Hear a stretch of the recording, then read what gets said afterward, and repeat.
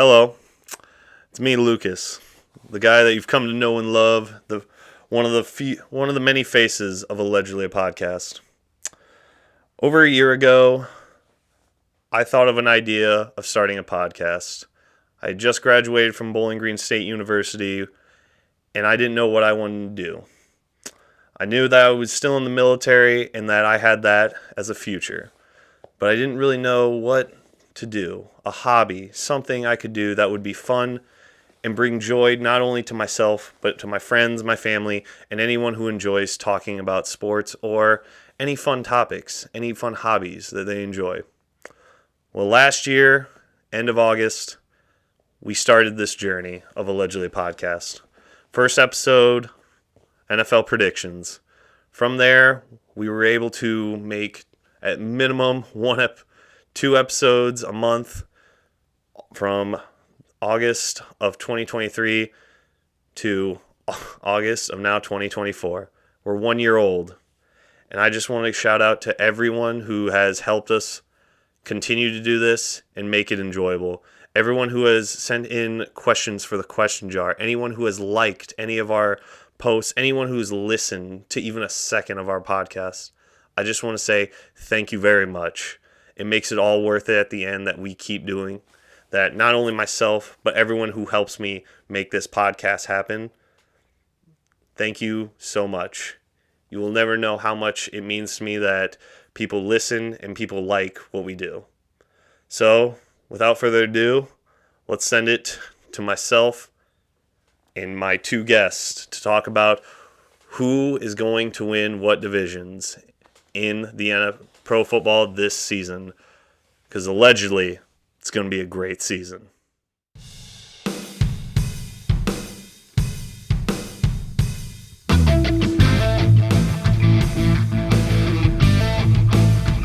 Welcome to the first episode of the new season of Allegedly a Podcast. I'm so excited that we made it through 1 year and we're back. And I have two guests here, and we're going to do some fun stuff. We're going to talk about some pro football predictions that we have for the year.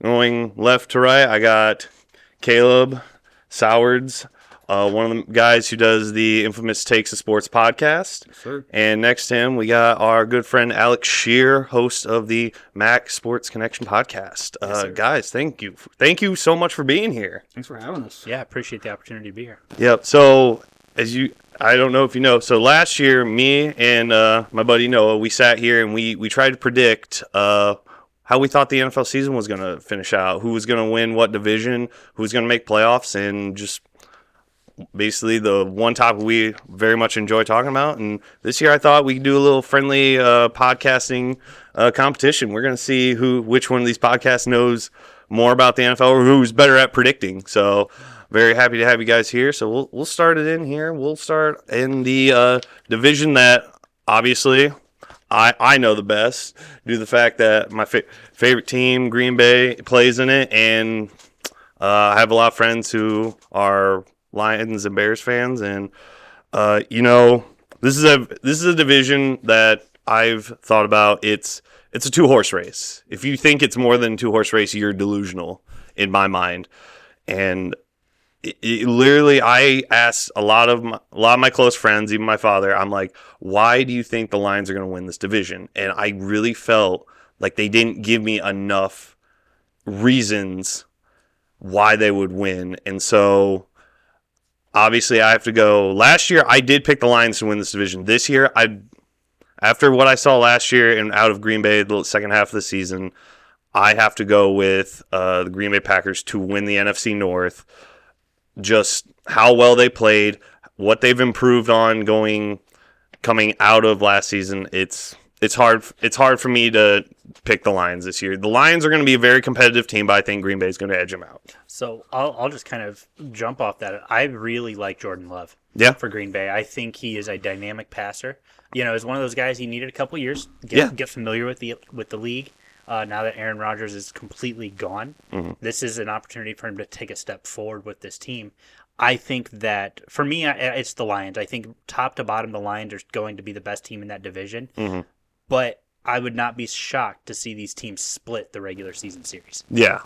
And And they did that last year too. Like because early on in the season, the Lions came into Lambeau and they just made Green Bay look pretty foolish. Mm-hmm. But again, I was there in Detroit on Thanksgiving, watched Green Bay come in there, and I was sitting there like, holy cow, we're going to win this game.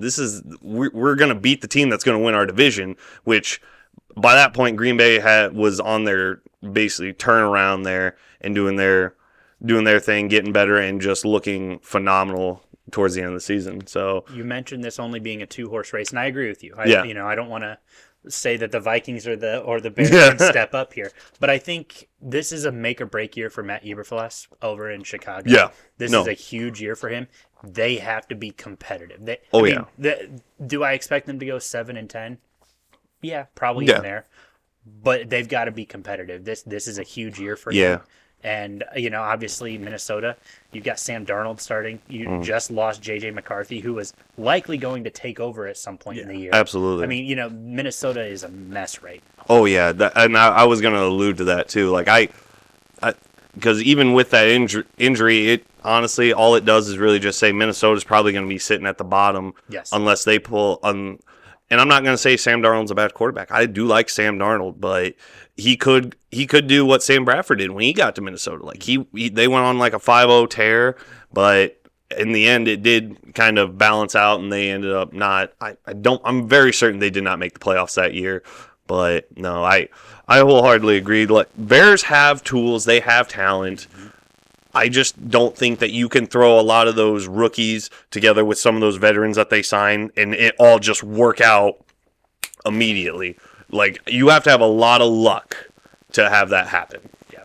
I think if Kaleb steps in and plays as well as people think he can. Yeah. Obviously he's a rookie, so he'll have some growing pains no matter how good you are. But if he can step in and even be half as good as people expect, I kind of agree with you. 7-8 wins, that's not a unrealistic goal. It should be the goal. Yeah. It's not 500. I guess you can't really go 500, but not anymore. Yeah. But, I mean, that's not a bad goal for them. I think anything less than that is kind of the hot seat, because even if Caleb Williams is a rookie, you still got Moore and Allen. Mm-hmm. They've got a strong defensive line now. Yep. They've got a pretty decent secondary too. So I was going to say the defense is going to be the anchor to that team this year. I mean, the only question mark really is maybe the offensive line. Even that had started getting better. But they have so many weapons that I'm not even DeAndre Swift, who's not a great back. He's a great receiving back. So I think that it's going to work out well for Chicago. You get Caleb Williams. You got rid of Justin Fields. I like Justin Fields as a quarterback. I think absolutely. He's a dynamic player. I think his issue, which is something Caleb Williams didn't run into at USC, but I think Justin Fields' issue is when he was in college, he didn't get the chance to be the dynamic player that he needed to be. It was a lot of stay in the pocket. And then, I just feel like there was a lot more of that with him.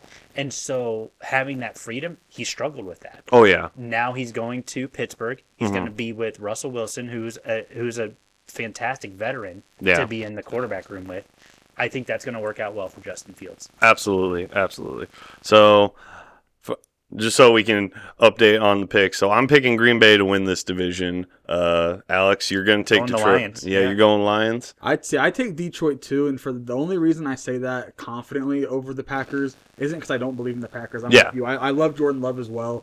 I just think overall the Lions improved from where they were from last year more than the Packers did in terms of their secondary was pretty bad. Yeah. And it got improved, I'd say, tenfold. Their defensive line, which was already monstrous, added DJ Reader. Hutchinson's going to have another year. Oh, yeah. And they shored up all the contracts on the O-line. Yeah. So I just think they just got a little bit better in the spots where they were bad at. Yeah. And the Packers also got better. I just don't think it's as much of a jump as the Lions did. But I also wouldn't be surprised if we're sitting here at the end of the year. Yeah. The Packers somehow either pulled out one more win than the Lions, or it's somehow flipped it. But I'm going the Lions. Yeah. And before we move on, I just want to make this very clear. If you're going to watch only maybe 1 or 2 games in the NFL this year, I recommend you watch one, if not both, the Green Bay versus Detroit games, because like we're all saying here, both teams are good. It's just who are you going to hitch your wagon to, and both those games should be very, very good. As long as everyone's healthy, and both teams play to their potential, those are going to be awesome games, and I can't wait to watch them. So, moving on, we started in the NFC North. We're going to go to the AFC North. The division, no one finished under 500 last year. This is a scary division where number one, the Browns, I feel like kind of came out of nowhere when Deshaun Watson wasn't playing good. Joe Flacco stepped up and did what he needed to do. Pittsburgh, with everything that they were going through, they somehow got to 10 wins. The Bengals were down Joe Burrow most of the season, but they still, again, got over 500. And then you just have Baltimore. You can't really say much about Baltimore. They have an athlete in Lamar Jackson, and just each one of these teams is scary in one way or another. And for me, it's hard. It's hard to pick a winner out of this because if every team is healthy, you could see every one of these teams make the playoffs. But I had to sit down and had to ask myself the hard question: who's going to win this? And I just had to go with Baltimore. It's hard to go against Baltimore that not only has Lamar Jackson, but they now have Derrick Henry. They still have Mark Andrews. And Baltimore has been a very good defensive team. It's just hard not to see them win this division again, even with a healthy Joe Burrow, a healthy and good Russell Wilson, or I would think Justin Fields in my opinion, Justin Fields would be more effective and I think smarter choice to start for Pittsburgh, just due to the fact that Russell Wilson is getting the Steelers aren't really paying him much. They're not paying him a lot. You might as well start the guy you're paying more, the guy who has more promise. But that's just my opinion on that. Other than that, the Browns have a lot of good players as well. But again, I'm going to hitch my wagon to the Ravens to win this division. I think I took the Ravens as well. I think it's also I think the Steelers improved the most over the offseason from their team last year. Yeah. I mean, adding I think it's Fatanu is how you say his name, from Washington, the tackle, and then Frazier from West Virginia. Their offensive line, I think, is as good as it's been the past couple of years. Their quarterback play, I think, whether with Russell or Justin Fields, is going to be better than Pickett was. Yeah. And their defense is always solid. Yeah. Especially if Minka's back completely healthy. Porter takes another step up. You got Watt healthy as well. But other than that team, I think the Ravens got arguably the best corner in the draft. You could have a whole argument about who was the best. We're going to have an argument. I don't think he was. I didn't have Wiggins as my quarterback one, but there's a lot of people who did have him as cornerback one, and they got him late in the first round. Yep. And I think with the defensive scheme the Ravens run, he'll be good. Whether or not, like I said, he's the best, I don't think he was, but he'll be good, I think. They did lose. I think they lost Geno Stone to Cincinnati. Mm-hmm. But it's just going to come down to what Lamar can make out of the offense, because he's great, but their weapons aren't the best. Probably the worst group in the division. Mm-hmm. Maybe Steelers. That's 1A, sure. 1A, 1B for the worst. But so it's really going to be if Lamar can have another MVP-esque season. But it's hard not to hit your wagon to him. They're just fun, man. Yeah. So for me, I think you bring up the weapons that Baltimore has. You have an aging Derrick Henry, who tore his ACL. Yeah. For me, I think, if this was Derrick Henry from 5 years ago, by and large, Baltimore runs away with this. And when I say run, I mean they literally run away with this. They literally. Yeah. But I think you've got an aging Derrick Henry. You've got Lamar Jackson, who, for as dynamic as he is, cannot get over the hump. He's an MVP. He's a regular season MVP every single year. Yeah. Cannot get it done in the playoffs. Yeah. Now, obviously, your division winners are chosen before the playoffs. I get that. Yeah. But I see him taking a slight step back. You've got a Mark Andrews who's also struggled with health issues. Yeah. So I think that we're going to see this Baltimore team take a little bit of a step back. You mentioned the Browns earlier. You called Joe Flacco off of his couch eating Doritos, and he came in and threw for 400 yards in 4 straight weeks. Yeah. That tells me the issue is the quarterback in Cleveland. Yeah. It's not any other piece of the offense. Granted, he was throwing 3 interceptions to 4 touchdowns. Yeah. But got it done. The issue is not the offensive weapons. It's the quarterback. Deshaun Watson, that was the dumbest contract in the history of the NFL. To sign him to that much Yeah. For what you're getting out of him. Yeah. He missed the rest of that part of that first season. Then he's been hurt all last year. So now there's 2 seasons out of that contract gone. There's $100 million wrapped up in what you got 5 games out of him. Yeah. So for me, I think Cleveland is out purely because you can't figure out the quarterback situation. Now I do think the other side of that is you've got a running back, Nick Chubb, who is coming back from an unbelievably devastating injury. Yeah. And I think he's going to be fine. I think he's going to, but he's not Nick Chubb anymore. Yep. I think this division runs through Cincinnati, but I will say this for Pittsburgh. They got to 10 wins with Kenny Pickett and George Pickens. Yeah. You now send Deontay Johnson off to Carolina, who was really your number one. When you look at his drop, everybody talks about all of his drops. He was one of the lowest dropped receivers in the league the last 2 years. So it's not his drops; it's he didn't have a quarterback to throw to him. Yeah. I think they still got to 10 wins because of the defense. Fitzpatrick doing Fitzpatrick things. I think this division runs through Cincinnati because Jake Browning's not starting anymore. It's Joe Burrow. And they still finish above 500 with Jake Browning, who maybe is QB 38 in the league. Yeah.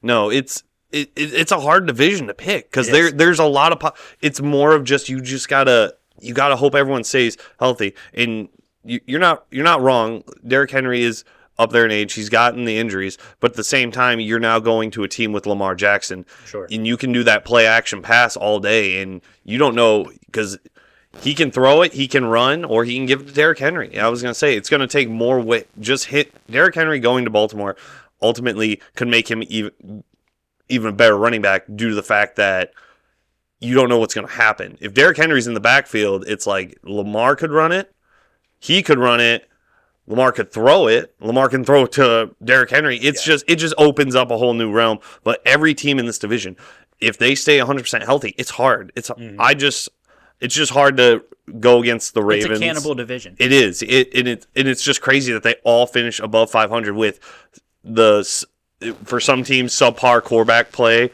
and the injuries, and they all finished above 500. But I didn't want to pick Baltimore, but I did because I had to really think to myself, which one of these teams am I confident in? And it's been Baltimore. Baltimore continues to figure out ways to win. So it's also tough too because the Browns defense can't really do much better.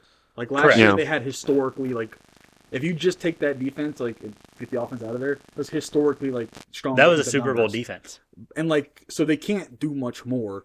And like you said, I mean, Joe Flacco was literally at home. I mean, he won comeback player of the year because he was at home, doing nothing. And so you can't. And I think Jameis would probably be better than Deshaun Watson because at the very least you're going to get what Joe Flacco was. Jameis Winston was before 30 touchdowns, 30 interceptions. Yeah, that's better than 100 yards, no touchdowns, and an interception. Yeah, which is what Deshaun was giving you at some points. And a concussion. And I mean, what incentive does Deshaun have to play? Nobody likes him anyway. So he doesn't care about the public eye. He's getting paid whether he plays or not. Right. It's guaranteed money. His agent, brilliant for that move. Yeah. And Deshaun Watson, I mean, you're absolutely right. I don't care if we win 0 games. If my shoulder hurts a little bit, I'm not going out there. And I think that's the problem is, so many people lashed out against the Cleveland front office and the Haslams and said, hey, what are we doing? I mean, there's so much controversy that surrounds him. Yeah. This is a guy who, for all intents and purposes, like you said, not well liked by the league, by other players in the league. Yeah. Yeah. And you're wasting. I mean, you trade away to get guys like Amari Cooper. You've got all these offensive weapons, and frankly, leaving Deshaun Watson in at quarterback is a liability to your team. Yeah. And that's one of those things where they're only doing it because of the money. And if you had told me that 5 years ago, I would have said you're nuts. Mm-hmm. He's the next superstar. Yeah. If you'd have told me you had a team with a top 3 defense, just for argument's sake, a top 10 O-line, top 15 weapons, and you added Deshaun Watson, like I said, 5 years ago, I'd be like, those Super Bowl favorites, right? Yeah. Instead, they're not even divisional favorites. Yeah. Correct. Which, if they had Joe Burrow, Lamar Jackson, even maybe Justin Fields or Russell Wilson, to speculate a little bit, you could very easily say the Browns walk away with this division. Sure. Absolutely. I absolutely agree with that. they signed him due to the fact of what he did in his athletically on the field, what he did, which was crazy. Those first couple of years when he was in Houston, he was unbelievable. And I sat there, and when all those allegations, I'm like, wow, it's gonna be hard for him to get another contract, but he got a contract with the Browns, and I sat there, I'm like, I feel like a lot of teams are gonna regret not signing him, but now it's like you're sitting here now, and you're like, a lot of teams are like, wow, that was the smartest move in the front office. Absolutely. Okay. So we got just a quick summary. We got me going Baltimore, Kaleb going Baltimore, and Alex going. Give me the Bengals. Giving him the Bengals. That's fair enough. So let's pivot. Let's go to the AFC South. We'll go to where Kaleb lives, and I'll let you start it off because I know you probably got a lot to say about the AFC South. So Alex, I'm a Jags fan. Probably didn't know that. And so when you talk about Jake Browning being the 38th ranked quarterback, let me tell you, on Monday Night Football, he's good. Correct. On Monday Night Football, he's good. I have the Texans winning the division. As much as I think I have the Jags in the wild card, and I don't think they're that far behind the Texans. The Texans are just more put together. I think they have a way better receiving core than us. Yes. I like Brian Thomas with caution. For good reason. I like Christian Kirk is a solid receiver, yep. And Evan Ingram's a good weapon. But our wide receiver 3, Gabe Davis, or 2, whatever order we're going to put him in, it's hard to see because that Bills offense was so just deep routes for him. Yeah. So it's like maybe we get more out of him like we did with Christian Kirk. Everyone said we overpaid him, and we did at the time, but it worked out for us for the most part. Yeah. And our offensive line, we spec'd up a little bit, but those are all just speculations. Texans, C.J. Stroud's going to ball out. Yeah. Joe Mixon's at least an average running back. I've never been huge on him, but he's not bad. No. Like, he's at least middle of the pack at worst. Nico Collins is amazing. Tank Dell coming off the injury. He looks good in the preseason and the training camps. And Stephon Diggs. If Stephon Diggs happens to be your worst receiver, you're doing good things. Correct. And then Brevin Jordan, Dalton Schultz. And then added Danielle Hunter. Is it Danielle or Danielle? Either way. He's good. He's good. He's good. Another good player. And their secondary is good too. And it's hard to, as an Ohio State fan and a Jags fan, C.J. Stroud is such a middle. I don't want to see him do good, but every party wants to see him do good. Yeah. But I have them winning the division by like 1 or 2 games, and then I have the Jags right behind them. Yeah. But it should be a competitive division outside of the Titans. I think the Colts will be good too, but I think the Titans will be bad. So this you talk about tough divisions. For me, this one was a little bit tougher. It really does come down to, I think, the Jags and the Texans. As you mentioned, though, Colts are going to be competitive. Yep. I like what they're bringing to the table this year. Defense, I think they finally got some stuff figured out. Mm-hmm. Offense, they're going to be a competitive. I don't think that they're going to blow you away. They're not going to put up 40 points a game, but 24, 27 points a game, I don't think is unrealistic. I mean, this is a solid offense, and they've got a lot of young pieces, and I think that's the critical part. Oh, yeah. You don't have an offense that's sitting here with a bunch of 10, 12-year veterans. These are all guys who've been playing for 7 years or less. Yeah. So this is a young defense, which means they're a little bit young offense, a little bit healthier, a little bit scrappier, I guess, maybe. Not as tired. There's going to be more energy to this offense, and I'm really excited to see what they do. But for me, it's the Texans as well. Justin Fields, while I think he has struggled with the freedom, CJ Stroud has thrived. He took that next step because of the freedom. Yeah. Exactly. And I think that when you talk about Ohio State fans being so frustrated because they're seeing this, they're like, where was this in his opportunities against Michigan? And so there's rightfully, maybe not rightfully, calls for Ryan Day to open up the playbook. Yeah. And you're seeing it in real time that he misplayed CJ Stroud. And I think when you get all of these offensive weapons around him and another year in this system, watch out. This is a good Texans team. Oh yeah, and I 100% agree. I went with the Texans too. It's hard with how much weaponry they already had, which shocked everyone last year, and now they just basically rearm with some veterans and with the draft and everything like that. It's hard to go against them. This is a division where I feel like I look at every team and I look at every starting quarterback in this division. I like every one of them. Obviously, some have better. Obviously, the top Houston and Jacksonville have the better weapons.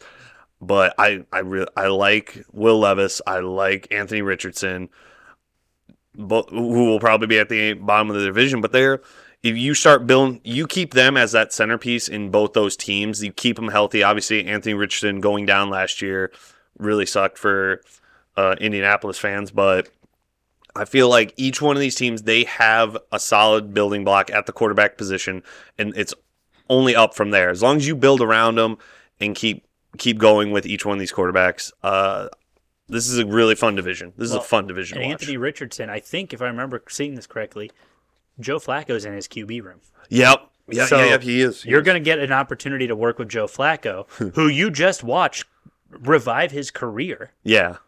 After, all this time off, revive his career. So you're going to learn from a veteran with a lot of great experience and, more importantly, a lot of relevant experience. It's not like you're learning from Peyton Manning, who retired back in 2015.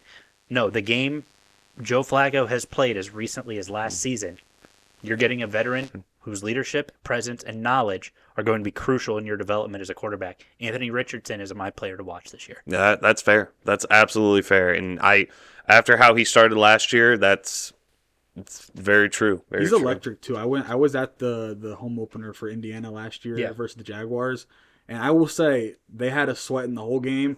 I had Indiana fans chirping at me, like, "How you feeling?" Like, "Not good, dude. We're supposed to be good." But I mean, that if him with another year with Michael Pittman, if Josh Downs, I'm not sure what his stat. Michael Pittman's so good. And then if Adonai Mitchell pans out too, that's a scary offense. A healthy Taylor, their offensive line's always a solid offensive line. Like you said, the defense, their defensive line is nasty. Something to watch. It could be a top 5. I was going to say it's one of the top 3 in the NFL. And they're young, and they got some good secondary players.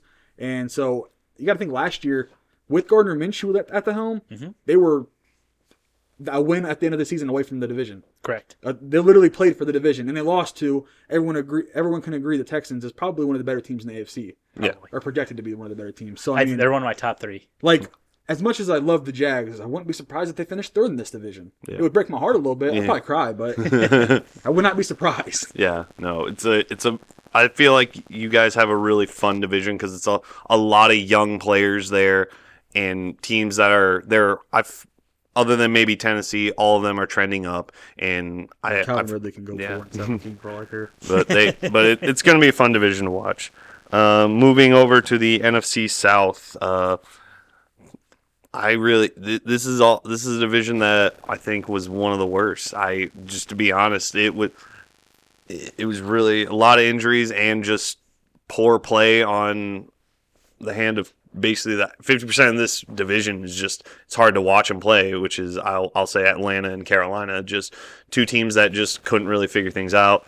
For me, I decided I was going to go Tampa Bay. Tampa Bay still has weapons, still has decent veteran leadership there. Baker Mayfield, I never thought he was that bad. I think he's been, obviously it's well documented how many coaches he went through while he was in Cleveland, and whether you believe in him or not, I think I believe he's a solid quarterback in Tampa, and he can definitely lead that team to win that division because, again, that division is so it's crazy. I will say Atlanta, I don't know what Atlanta's doing. It's very hazy on what they're trying to do because they bring in they bring in Kirk Cousins and then they draft Michael Penix in the first round. And I was there in Detroit when that pick, and then the one thing that will stay in my mind forever was the guy in front of me when Atlanta picked. They're like, Michael Penix Jr., quarterback, Washington. I just remember the dude in front of me literally turns around and just gives us all this face like, what just happened? Yeah. Like, he wasn't even an Atlanta fan, but we're all just standing there like, bro, we're watching the same soap opera you are. What is going on? And you can tell me Atlanta's getting better. They are. New Orleans has always had solid players, still have solid players, but just they can't get over the hump. I think Derek Carr's a good quarterback, but I don't know. It's just I have more confidence in the Buccaneers than any other team. I will still support Derek Carr and the Saints, but I don't think they're good enough to get past the Buccaneers to win this division. So, first off, Cleveland needs to build Baker Mayfield a statue. Yeah. He won you your first playoff game since the franchise has returned to Cleveland. Yeah. There's some, and it can be a Stefanski Mayfield duo statue. Whatever. That's fine. But Cleveland owes that man a statue. Fair enough. He has been through so much since being ousted at Cleveland. Yeah.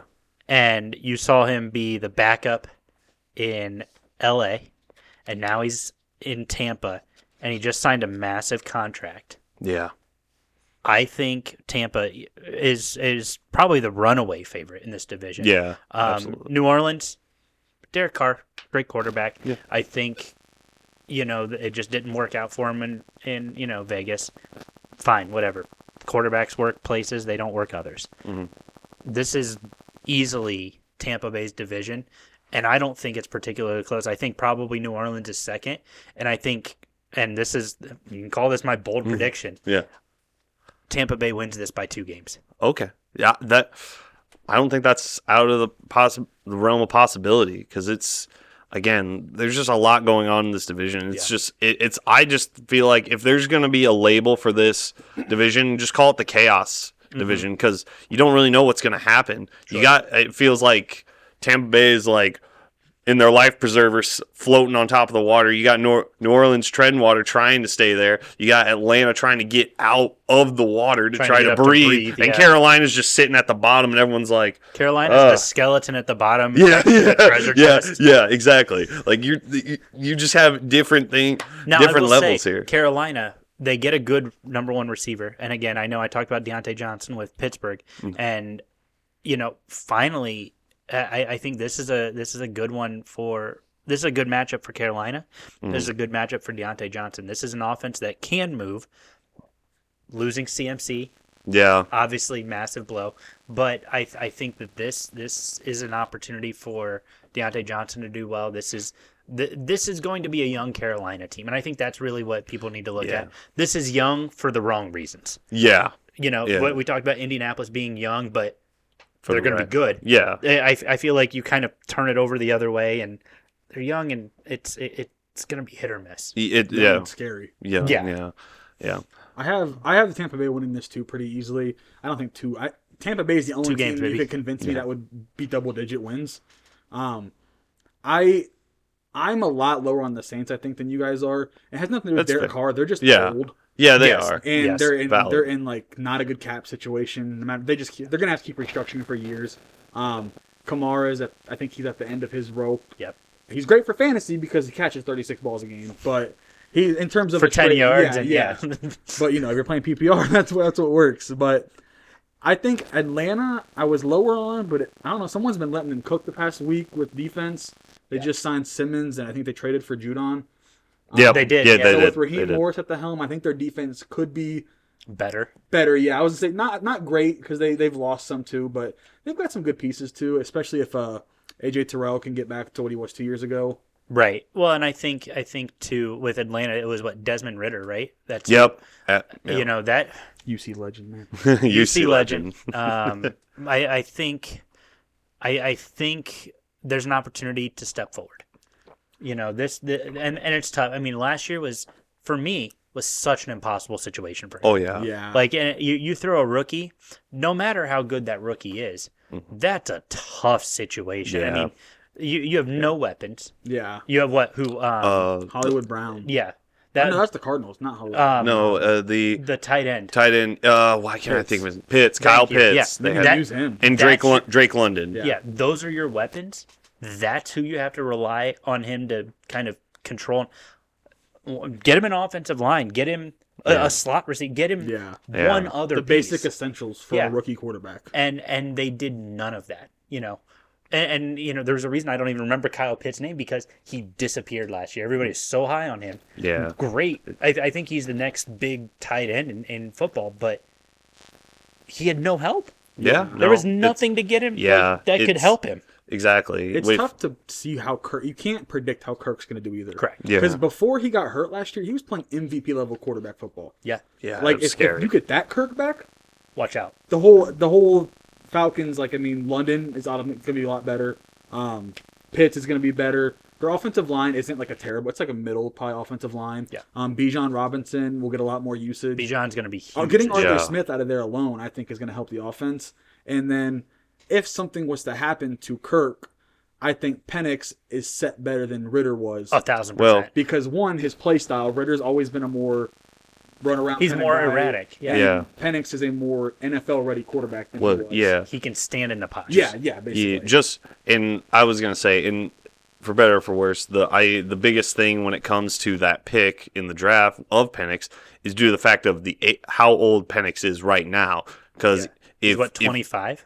Yeah, like he's like if he sits for 3 years, he's gonna be if Kirk either goes away or gets hurt in 3 years, he's gonna be 28. Yeah, they're not gonna let him sit that long. Yeah, it's basically like they're gonna hope that Kirk Cousins plays well and then they maybe trade him or see what happens. But no, it's I had Penix as my quarterback 3 in the draft, so I hope he gets playing time. I don't want Kirk to get hurt or anything. Sure. Yeah, but I want myself to get proven right. But I think they're going to be excited. The team I'm actually most excited to watch, though, is the Panthers. I kind of think this is almost a make it or break it year for Bryce Young to show what he can do. I mean, they've invested so much money into the offensive line, especially the guards themselves. They got solid wide receivers. I mean, Thielen's still there. They traded for Deontay Johnson. They got Xavier Legette, however you say it, in South Carolina, who I liked a lot too. Yeah. And then they went and got Jonathan Brooks, who's a solid running back. So I like Jonathan Brooks a lot. And I don't even know what starting tight end is. I don't think know. it's Tommy Tremble, but that's the only name I can think of. I don't think so. It's dude with the long hair. It'll come to me later. But they beefed up the offense for him. So I think this is he doesn't have to play lights out, but he's got to show that he can be the guy moving forward. He's got to win, and he's got to be clutch when they need him to. They can lose games 36-20. That's fine. Yeah. You know, you can put that almost more on the defense than the offense. But if it's a 17-10 game, you've got the ball late, go put us in position to tie this thing up. And that's what he was so good at Bama, too. Yes. Like, it felt like watching him at Bama in a 2-minute drill was like watching Brady in a 2-minute drill. Yeah. It was like, you knew what was happening. Mm-hmm. Like, we need to see Bryce Young, like the Packers game last year. Mm-hmm. That was the Bryce Young they thought they were drafting. They need to see at least a couple more of that. Yeah. But I think it also comes down to, can the defense do enough to let the offense go and have these opportunities? Because if the defense is giving up 40 points a game, Bryce Young can only do so much. And that's why I don't think their wins are as important, but you just have to see the play style from him. Yes, correct. It's not just a couple flashes, but like you said, a couple like it needs to be consistent. Drives. Yeah. Okay. So quick summary of here in the NFC South, we're all going Tampa. We're all going to we're all going to wake up dangerously with Baker Mayfield, and we're going to ride him in Tampa Bay. Baker train. Okay, we'll stay in the NFC. Let's go to the NFC East. Let's just call it, this is the rivalry division. Just everyone hates each other in this division. If you're a fan of one team, you hate all three of the other ones. This is a division that was lost by a team that just, at the end of the season, just, what are you going to call it? It's basically a collapse. Mm-hmm. This is a team, the Eagles were just so good, were so dominant. You can't really talk about New York. Daniel Jones going down. You had Tommy DeVito step in. He played pretty darn good football. He did what he could with that team. He looked like he was playing like Danny DeVito, though. Yeah. There wasn't much he could do with that team. They had players, but just – and then you can't really say Sam Howell did what he could with Washington. Washington, again, just a – they're looking for a bounce back year this year. It's again, this is I really believe it's a 2-horse race for this division, and just because Josh is here watching this recording, and I put it on, and it's here, I picked Dallas to win because Dallas, as per usual, has the weapons, has the mindset. You can say that Jerry Jones didn't go all in this year, whether you believe that or not. Jerry Jones, the Dallas Cowboys, they have the players, they have everyone that they want to try to make a run in the playoffs. They're going to do what they did in the regular season. They're going to win the games that they need to win. They may lose one or two heartbreakers. They might scam their way to a win over Detroit like they did last year. But it's hard to pick against Philadelphia because Philadelphia's got Saquon now. They did lose a big piece to their offensive line in Jason Kelsey, but I really believe that Dallas, would say, can outplay them, and just I don't know. I think it'll come down to divisional wins, and I think Cowboys can beat Philly twice and win that division. So I'm picking Dallas here. I'm gonna say something controversial. Oh, so bear with me. You put prime Tony Romo in this offense, they're a Super Bowl contender. You keep Dak Prescott in this offense, they're a first-round exit. Oh, boy. And that's not because Mississippi State is playing Toledo this year. I promise. I like Dak Prescott. I think he's a fantastic regular season quarterback. Yeah.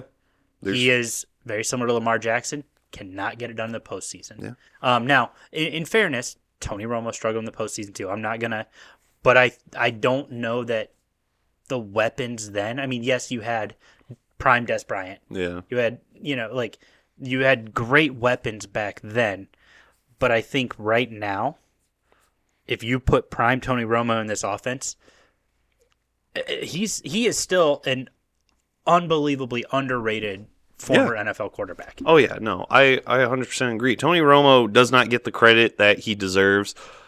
I feel like a lot of people focus on the negatives of his career, but he did a lot of good things. They focus on the wins and losses in the playoffs, which, again, they caught that ball against the Green Bay. That was a catch. I agree. That was a catch. Man, I'm not an official. I'm not even a Dallas fan. I can't comment on that. I'm not even a Dallas fan, but I do think, to your point, I think the Eagles win the division this year. Okay. I think the offense even better, and I think the defense got a little bit better. The best corner in the NFL draft this year, Quinyon Mitchell, was taken by the Eagles, and I kind of say that in jest a little bit, but he was my cornerback one. And I think he was a lot of people's cornerback one. I think people were shocked he fell as low as he did to number 18 in the NFL draft this year. Yeah, it was just high. It was a lot of offense. Lot of offense. I just remember standing there in Detroit that night in the first round, just standing there waiting. You're like, when's the first defense guy getting picked? And once they started getting picked, it was just down the row. They were like, okay, I guess people are going defense. We got to get our guy now. So. And so I think the Eagles win it. I think they shored up a few deficiencies on defense. Quinyon Mitchell, and yes, he's a rookie. Yes, a little bit of homer talk coming from me right here. Mm-hmm. Former Maction guy who had every skill set to play in the SEC or the Big Ten. And he's going to show that on Sundays this year. He is going to dominate that secondary for the Eagles, and I think the Eagles win the division this year. Okay, that's fair. I also have the Eagles winning. I think one thing about Quinyon that I like a lot is something that I liked a lot. I'm a big UC guy. My dad went there. Mm-hmm. And so when watching like Sauce play, it was the same argument. He played small schools, but when it came up against Jamison Williams, who was supposed to be one of the best receivers in the country at the time, I think Sauce had him pretty locked up for most of the game. Sure. And, I mean, look at him now. He's a top 3 cornerback in the league, undisputed. Correct. Some would probably argue the best cornerback in the game. Mm-hmm. So I don't think that matters. I think that means if that's your excuse, you didn't watch him play enough. Correct. Well, and that was a big argument. I saw a lot of people, he played one superstar, Marvin Harrison. That season that he played Marvin Harrison, that was Marvin Harrison's 3rd lowest receiving output on the year. Going up against Quinyon Mitchell. Now, he had 2 touchdowns in a blowout 77-21 win over Toledo. But that was his third lowest yardage output on the season. Jeez. Quinyon Mitchell held him to less yards than Wisconsin did. And, I mean, also, Marvin Harrison's probably better than half the NFL receivers. Just on day one, yes. Yeah. So if you can cover half the NFL receivers day one of your rookie year, as a cornerback, I'm taking that. And he's not even going to be cornerback number 1. Yeah. And then they also got Cooper, who I think is a good all-around player. He can play cornerback, or I think they might put him up in safety a little bit too. Probably safety. But either way, he's a good addition to your secondary. Mm-hmm. I think the defensive line, you got Carter in there another year.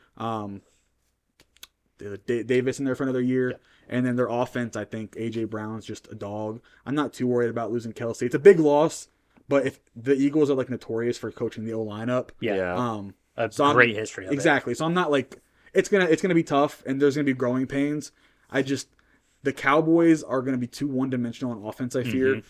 Zeke as your starting running back is just not going to get it done. Well, Zeke coming back from his stint in New England, and really you saw Zeke decline hard in Dallas a couple years ago. Yeah.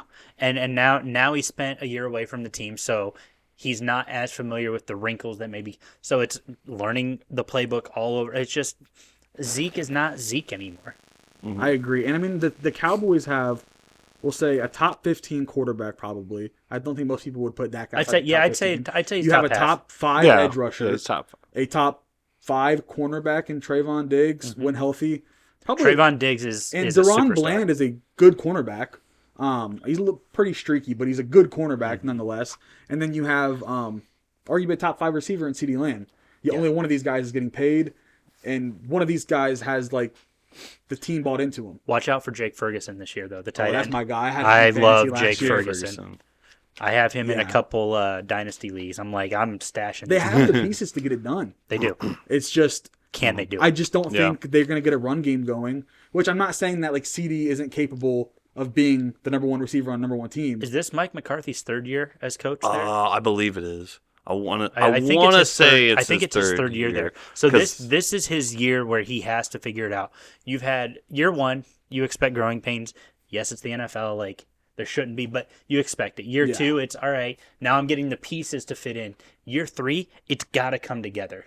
Yeah, you're not wrong, Mike McCarthy, and that's what they were given. I feel like they were giving Mike McCarthy hell last year. They were after Green Bay beat him in the playoffs. Like they were just like, you fire McCarthy. Fire. I'm like, why? Like I understand that they were the number 1 seed and then they lost to a lower seed, younger Green Bay. But I will say Dallas had some injuries and everything like that. I'm not going to make excuses because how Green Bay won was ridiculous how that happened, but making playoffs and obviously winning playoff games, it's two different things, because that's the thing. When you play a team in the regular season, again, also depending on when you are in the regular season, you don't know how they're going to play you. If they're going to probe at you a little bit, or if they're just going to do whatever they want, they don't care. They're going to just stick to one plan. If it works, it works. If it doesn't, it doesn't. Sure. But I don't know. I have confidence in Dallas. Dallas, I feel like I try to underestimate them every year, and every year they just somehow come out and play great football, and they just figure it out. I think they'll have a slow start to the season, but I think they will be able to figure it out, and I think they can get over Philadelphia. I also didn't like their draft pick last year, Tyler Guyton. I thought that was a bad pick. That's fair. They should have traded up for a better O-lineman or taken anyone else or traded back. There were so many other options. I just didn't like that pick at all. I want to do a quick aside, but I'm just curious. I would love to see Trayvon Diggs with Barry Church in that backfield. Jeez. You throw it back a little bit with the Cowboys. Yeah. Man, how fun would that be? Oh, yeah. It'd be exciting football to watch. That would be great football. Absolutely. And their defense is exciting to watch now. Their defense Him is and phenomenal. Deron Bland out there, I think, will be fun. With Micah putting all the pressure on out there. Yep. It's just, I don't know how much the a great offense get it rolling. Yeah. Especially because, like I said, they lost a couple offensive weapons. Like I said, Ferguson's good. CeeDee Lamb's great. But when you have no run game. My concern is, and this is where I struggle with the Cowboys. The Cowboys could lose a 7-0 football game and people wouldn't be surprised. Because the defense is so phenomenal. Yeah. But the offense is so hit or miss. They could go win a 52-49 football game. Point. Yeah. Yeah. But then people are like, yeah, okay. But then the same people would not be surprised if they lost a 7-0 game. Yeah. Yeah. And that's my concern with the Cowboys, and that's been my concern with the Cowboys since Dak took over. Gotcha. And I'm not really big on the whole defense wins championships anymore. I think you don't win a championship without a decent defense. But I mean, Patrick Mahomes won most of the rest of them. The last one that wasn't Patrick Mahomes, I think, was Stafford, right? Yeah. Yeah. And then before that, Brady. Yeah. I mean, yeah. It's you need a defense to get you through the playoffs. Yeah. So that the offense can do what they need to do in the Super Bowl. That's a good way to put it. Yeah. Absolutely. So just a review for the NFC East. I'm going to go with Dallas, and these two are going with the Eagles to take over that division. Here, I'm excited to talk about this. The AFC East. This is a division. That's my division. It is a tough division. Last year they said there are probably going to be 3 teams vying for that spot. But 4 plays in, it became a 2-team team race for who was going to win this division. Yep. And this year, you could say that the Jets are going to be throwing their hat in the ring with Aaron Rodgers coming back. I don't really see it. Here's the thing. He can play as well as he wants. Yeah. I don't think they have a good enough team for him. I think the Jets' defense is pretty solid. They have a solid because they went 7-10 last year, and that's Aaron Rodgers playing 4 plays. So if you think he plays half the season, would they have 2 or 3 more wins? I could say at least maybe 2 more, but I don't think that's good enough. You still got Josh Allen in Buffalo, minus Stephon Diggs. Buffalo's still just keeping with their course. They will. As long as Josh Allen is the quarterback for Buffalo, they're going to be contenders. Yeah. They're going to be at minimum contending to get into the playoffs. But I think that after what I think Miami is going to take this division. I think Miami, with as much as I don't believe, I will be very blunt about it. I do not believe in Tua Tagovailoa. They have a lot of weapons around him. He is in a position where he has 0 excuses now. He has to go out and win, and he can go out there and prove me wrong. And that's why I'm going to pick Miami. I want him to prove me wrong, that he is the guy for my pick's sake, and for a friend of the show, Brennan Mormon. I'll be talking to you on Thanksgiving when Green Bay plays Miami. But I'll pick the Dolphins because they have the weapons, they have the team. This is his time. He has to do it. So, if the offensive line cannot protect him, defenses are going to hawk Tua. I'll see you guys later. So my Patriots are finishing dead last. Okay. We're good. I recognize that. Now, that being said, I'm excited for Drake May. I think he's a big quarterback, and there's a lot of opportunity for him to develop. Absolutely. I think he's got way more skill set than Mac Jones. Mac Jones was fine, but he needed a year or 2 of development. He's going to get that now. Not so much Drake May. Drake May was very pro-ready. He's looked pro-ready his entire senior year at North Carolina. I really like what Drake May brings to the table. It's going to be, what can this offensive, really everybody, can they do? Yeah. I'm not confident. I mean, you've got aging receivers. You've got an offensive line that was picked out of the 60s, it feels like. And I love Bill Belichick. I love what Bill Belichick did. I think that him being gone is definitely for the best for the organization. Absolutely. Gerard Mayo is going to do an excellent job, but what coaching tree is he from? The Belichick coaching tree. So my concern is, are you going to rely on what you learned from Bill, or are you going to throw in wrinkles? I think it's important that you have to throw in some wrinkles, because if people see that you're just like Bill, they're going to take full advantage of that. Oh, yeah. Now, going to your Dolphins pick, I like the Dolphins. I think that there are a lot of weapons there.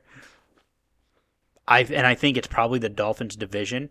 But as you mentioned, the Jets went 7-10 last year with patchwork quarterback play. Yeah, absolutely. Aaron Rodgers, another year older, a year out of play, year out, whatever. I don't know that he gives them 4 more wins.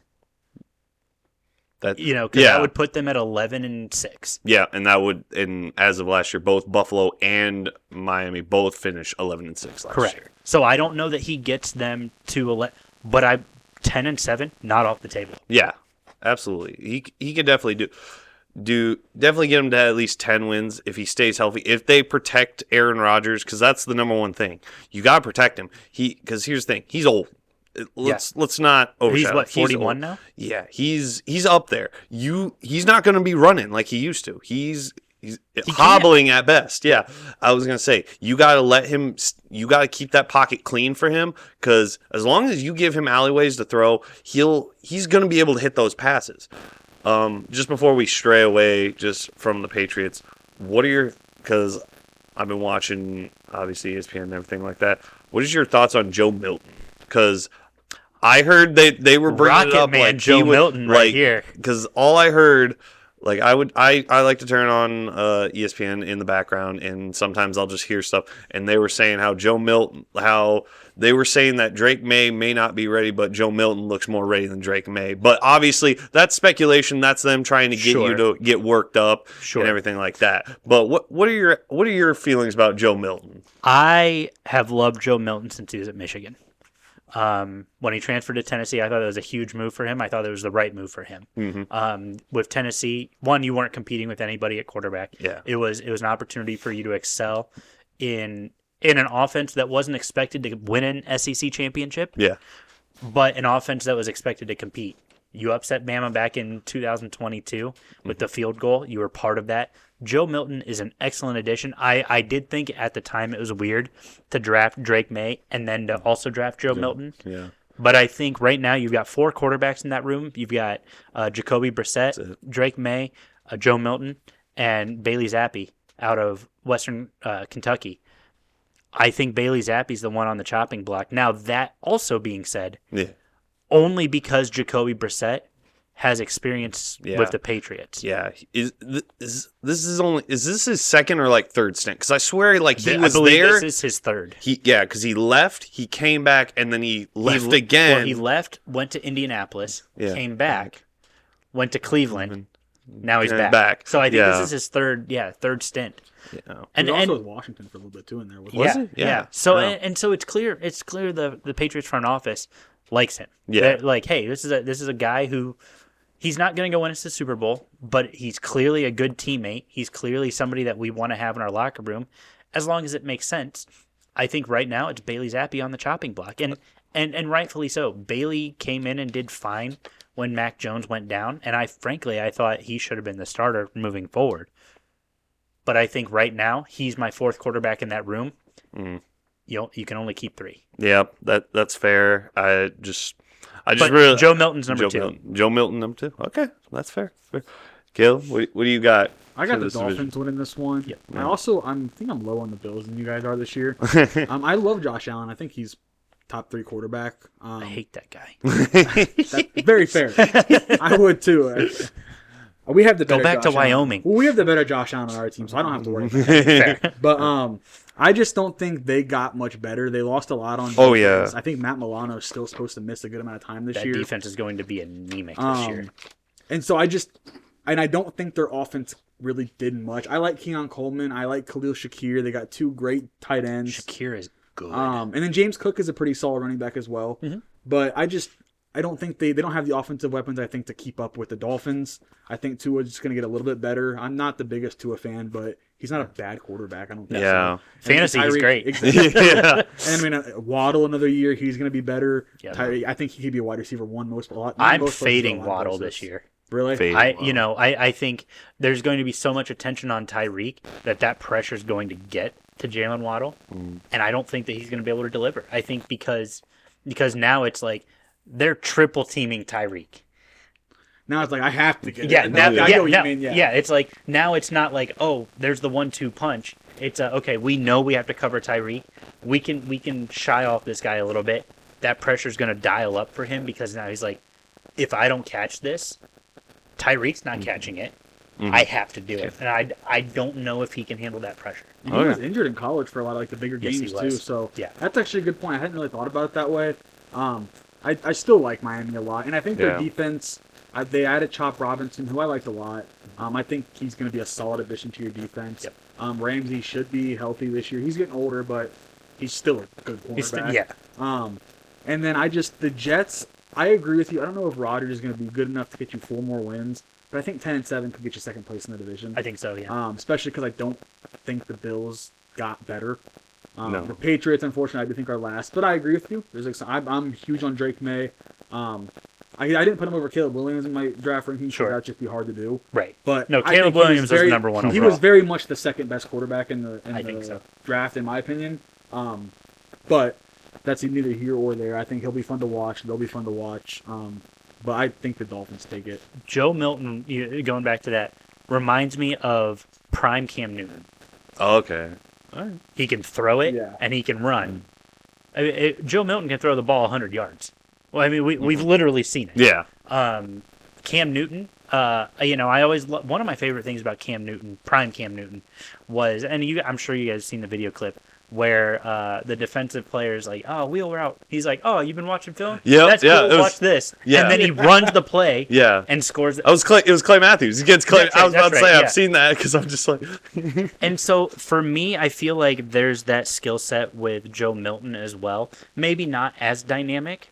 Yeah. But he kind of reminds me of a young Cam Newton. And I think I'd be very, very shocked if we don't see some wildcat formations with Drake May and Joe Milton on the field together. I think him being there is also good for May, because Brissett being there isn't a threat to May. Correct. Because Brissett is very clearly the bridge quarterback. Yes. Yeah. Milton being there, I don't think is going to be better than the May. Patriots are committed to May, but it's another young guy chomping. You don't get to get complacent. Correct. Especially because, like you said, Milton's got like some dog in him. Like he's not going to just let you be the starter and not like try to. Right. So he's gonna make you. It's going to be good for May to have someone chomping at the bits. That way, he's not just complacent with being the guy. Mm-hmm. Now, obviously, the Patriots are more invested in him, given that they took him in the first round. But you're still paying Joe Milton. Brady in the sixth. Yeah, you're still paying Joe Milton a lot of money. Yeah, absolutely. So out of the AFC East, we're all going Miami. Yeah, I was gonna say we're all going Miami. That's fair. It's fair. Brandon Mormon, if you're listening or watching this video, you're welcome. That hurts me as a Patriots fan to say. I just need to be very clear. Yeah, that's fair. Don't trust me. Like I said last year for the NFC North, I had to pick the Lions because my expectations for Green Bay were not making the playoffs, and then look, we made the playoffs. Right. But yep, I was correct on that pick. AFC West, I feel drama division. I feel that just a lot has gone here. A lot has gone on with a lot of teams here. They're obviously with Denver and the Russ situation, Sean Payton, everything that went on there. The Raiders, they don't know what they have as a quarterback, but they somehow have a really good defense, and they have Devontae Adams on offense. So, but they don't have anybody to throw the ball. Yeah, they don't have anyone to throw the ball to him, so that's kind of the problem. You got Justin Herbert and the Chargers. I love Justin Herbert. I think he's one of the Chargers got worse this year. Yeah, they did. They really did, and it's sad because it's like you bring in a new coach in Jim Harbaugh. Hopefully, I don't expect a ton. I think they can get more than 5 wins. They can do better than what they did last year. Yes. But it's, again, this is a division that's owned by one team. It's been owned by this team for a while now. You just gotta go. You just gotta ride with Patrick Mahomes and the Kansas City Chiefs. Andy Reid, they can do. It seems like they can't do any wrong. Even if they lose their top 3 best receivers, there's 3 guys standing outside that door that will be like, "Yeah, I'll come play for you." And so for me, it's very easy. AFC West, KC as per usual. It's just standard. It's the standard now for the AFC West. Not even kinda. I think the Chiefs run away with it easily. Yeah. I think the Raiders are going to be the second best team, in my opinion. I feel like every year they kind of hype this division, or at least it feels like Kansas City kind of gets at a slow start, and you're like, oh my gosh, someone else is going to win this division. And then Kansas City's like, no, we're going to win this division. And then they just go on a run. They just go on a run. We don't need to beat the people out of the division. We just need to beat all of you guys.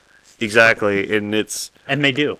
Yeah, and so it's hard to pick anyone else because Kansas City, like I said, they just own this division. You want to see the other teams in this division, like I said, Justin Herbert. I've always wanted to see Justin Herbert do well. I hate Justin Herbert. I'm probably Justin. If Justin Herbert has no haters, then I'm dead. No other quarterback gets as many excuses as he does. Yeah, and I understand the Chargers have had bad teams around him. Yes, but no other quarterback gets the excuses he does. And that's probably my biasness because I think Trevor Lawrence should get more excuses. So I 100% know I'm biased in it. Sure. Yeah. But I'm honest about it. Sure. So the Chargers at the end of the division. So I think for me the Chargers, when you let Austin Eckler go to Washington, arguably the best pass catching back in the NFL. That's fair. Thank you for a couple of fantasy championships. Him and Joe Flacco last year. Nice. Thanks, guys. But no, in all seriousness, I mean, when you let him go to Washington, your running back room got worse. Mm-hmm. When you've got guys coming back from injuries this year, your offense is going to be slow. I think Harbaugh brings a new life to them. I mean, he brought a lot of his Michigan staffers with him. So I think they're going to breathe new life into this offense, into this defense. But I'm not totally confident that they get more than 7 wins. That's their ceiling. Right and that's now. fair. That's fair. I think that they can do better than what they did last year. And I also want to throw this out there. I don't think Jim Harbaugh should have ever left the NFL. I never thought he was doing anything wrong in San Francisco. I felt like NFC championships. Yeah, it was crazy to me that they fired him, and I just sat there. I'm like, you really just sided with the executive over this coach that has done so much for your franchise, basically resurrected them. Now you can say, if he was still there, would he have the success that Kyle Shanahan has with them doing as well as they have? Maybe not, maybe yes. But that's the one thing. You give Jim Harbaugh 2 years in LA with the Chargers, I would say, with or without Justin Herbert, whether they move on or they stick with him, this team could. I feel like they're the next one ups that are going to challenge KC for this division. I feel like we're just going to. I mean, we're all in agreement. It's KC, right? Yeah, it's KC. So I think we're just going to talk about really who's taken second place in the division this year, and I think it's going to be the Raiders. That's what I have. You know, that defense is going to be good. Yeah. The offense, who knows?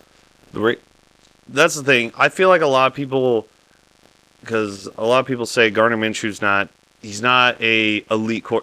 I'll agree. He's not maybe elite, but he's a guy who has proven multiple times with different teams that he's good enough to get the job done, to get wins.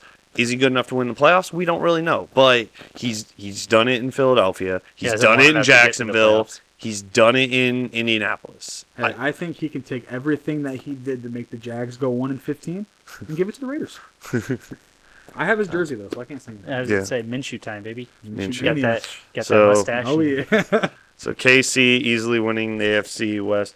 Now we go to the NFC West. I feel like just both Western divisions are just it's being run by one team in the West, and that's why it's just so easy to be the Niners. Niners are gonna win it. I was gonna say LA. I will say the Rams. I think because I really thought every team other than San Fran was going to be just subpar, boring to watch. LA, the Rams definitely surprised me with how good they actually played with the young guys and the old man, Matthew Stafford. So you can't. San Francisco has too many weapons. Can we talk about how good that trade has worked out for Detroit and the Rams? It's got to be one of the most even trades in NFL history. Well, yeah, because and neither team, both teams thought, oh, we're getting over on the other one. Yeah, and it's worked out so well. The Rams got the ring. Well, and the Lions got back to the playoffs. Yeah. But I was gonna say, I want to pose this question: if the Lions do win a Super Bowl, do you feel like the Lions won more of that trade though? At the end, because it's like so. I don't know. The Rams went all in on a team that needed to win a ring, and that's exactly what happened. Usually, when teams go all in on a quarterback, they don't get the ring. Mm-hmm. Like the Jets went all in on Rodgers, they could still win a ring. I'm not saying they can't, but year one they didn't. Exactly. Yeah, year one. And I think too with Matthew Stafford going there, I don't want to say his welcome was worn out in Detroit because I think he is so beloved in Detroit. He is, but it was clear he was frustrated. Yeah. Because now he was the old guy. Yeah. And he, in his mind, and and I'm speculating, so please don't, I don't have any insider knowledge here. Yeah. But I'm sure in his mind he's like, I need a change of pace, a change of scenery, something that is built around what I can do. It feels like Detroit's evolving past me. And I think he also recognized he wanted them to be successful.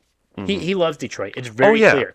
Yeah. And so I think this was a very even trade because you got Jared Goff, who came in, and they struggled his first year. Yeah. And you're like, oh, man, LA got the better end of this deal.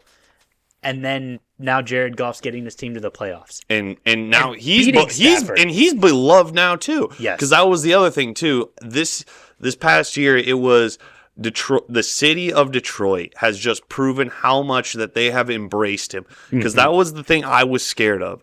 When he got traded, I'm like, the Lions, if they want to be good, if they want to get out of this pit of misery that they have been sitting in basically since, I would say probably when after Barry Sanders retired. Like, they've been in like a pit of misery.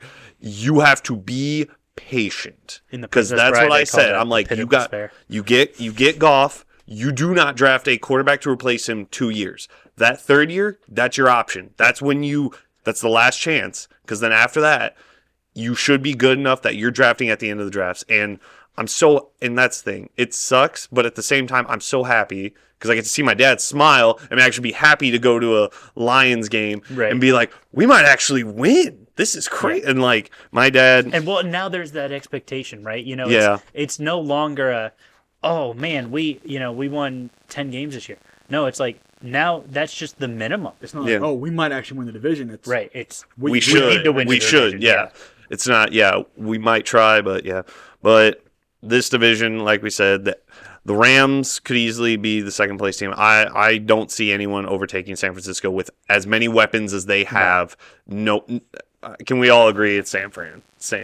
There's barring like injuries. Yeah, obviously barring injuries. Well, and San Fran really kind of lucked out with their quarterback situation too. Yeah, that's crazy. Like, it just feels like they've gotten so lucky with so many good quarterbacks. Even guys who are past their prime or whatever it may be, they've been so good at that quarterback position. You don't need a dynamic, flashy quarterback. No, you don't, and he's not. Yeah, let's call it what it is. Yeah. He's a dink and dunk quarterback.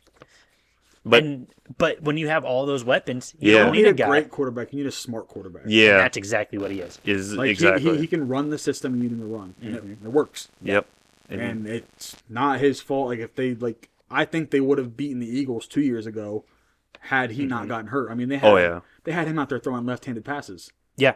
No, but it was insane. It's a great system, and it's hard to beat. Their defense is solid. Yeah. It's remained solid forever. I do think the Rams will be pretty good next year, though. Yeah. They had like 3 or 4 young defensive guys last year who I think could have, had they been bigger names, would have made a run for Defensive Rookie of the Year. Not that I think Will Anderson didn't deserve it at all. He was insane. Oh, yeah. But if Puka and Cooper are both healthy, a healthy Kyron Williams I like Corum as a backup. Yeah. Their offensive line's not bad. And Stafford, he's getting older, but man, he's still slinging that thing. Like, he's still good. And I want to point out, Brock Purdy ranked number 6 as a quarterback last year. That's awesome. I believe that. As a dink and dunk quarterback. How many times did he throw deep? I can't recall. Yeah. Because it didn't happen. It was like 5 yards, 5 yards. And when you have Christian McCaffrey, who can not only run the ball, can catch. Yeah. Well, you also have the absolute beast that is Christian McCaffrey. And you also have Deebo Samuel. You have Brandon Ayuk. I think losing Ayuk you will got hurt Kittle. them. Oh yeah, no, it will. They lose It absolutely Ayuk, will. I think it'll be interesting. They're not losing him. Is they restructured his contract. And they matched what he wanted. Plus, I saw that 2 days ago. Sweet. And then obviously they drafted Ricky Pearsall. Yep. And they kept Juwan Jennings, so they have depth as well. Yeah. That's cool. I didn't know they had restructured his contract. I'm glad to see him stay there. I like Ayuk a lot. I like him in that system because that system is so superstar loaded. And they don't. I mean, you've got to cover everybody, and you got to cover them all well. Yeah. Or somebody's getting away. And it's even sad because we haven't even said the one other superstar, George Kittle, who's also in there. No, Kittle's great. I love Kittle. It's just you're not wrong. There's just so many superstars in that team that is just super hard. Plus, you don't know who they're throwing to. Warner on defense. Oh, that defense is gross. It is absolutely. Just a crazy defense, crazy offense. Notice how the NFL's like trying not to let them win another ring. Trying. But, okay, so we've gotten through all the divisions now. Let's just talk about who are those 3 teams that they're not going to win their division, but they're going to be there. They're going to easily snap up some wild card spots. Let's start in the AFC real quick. My 3 teams, first team in as a wild card, I have the Bengals.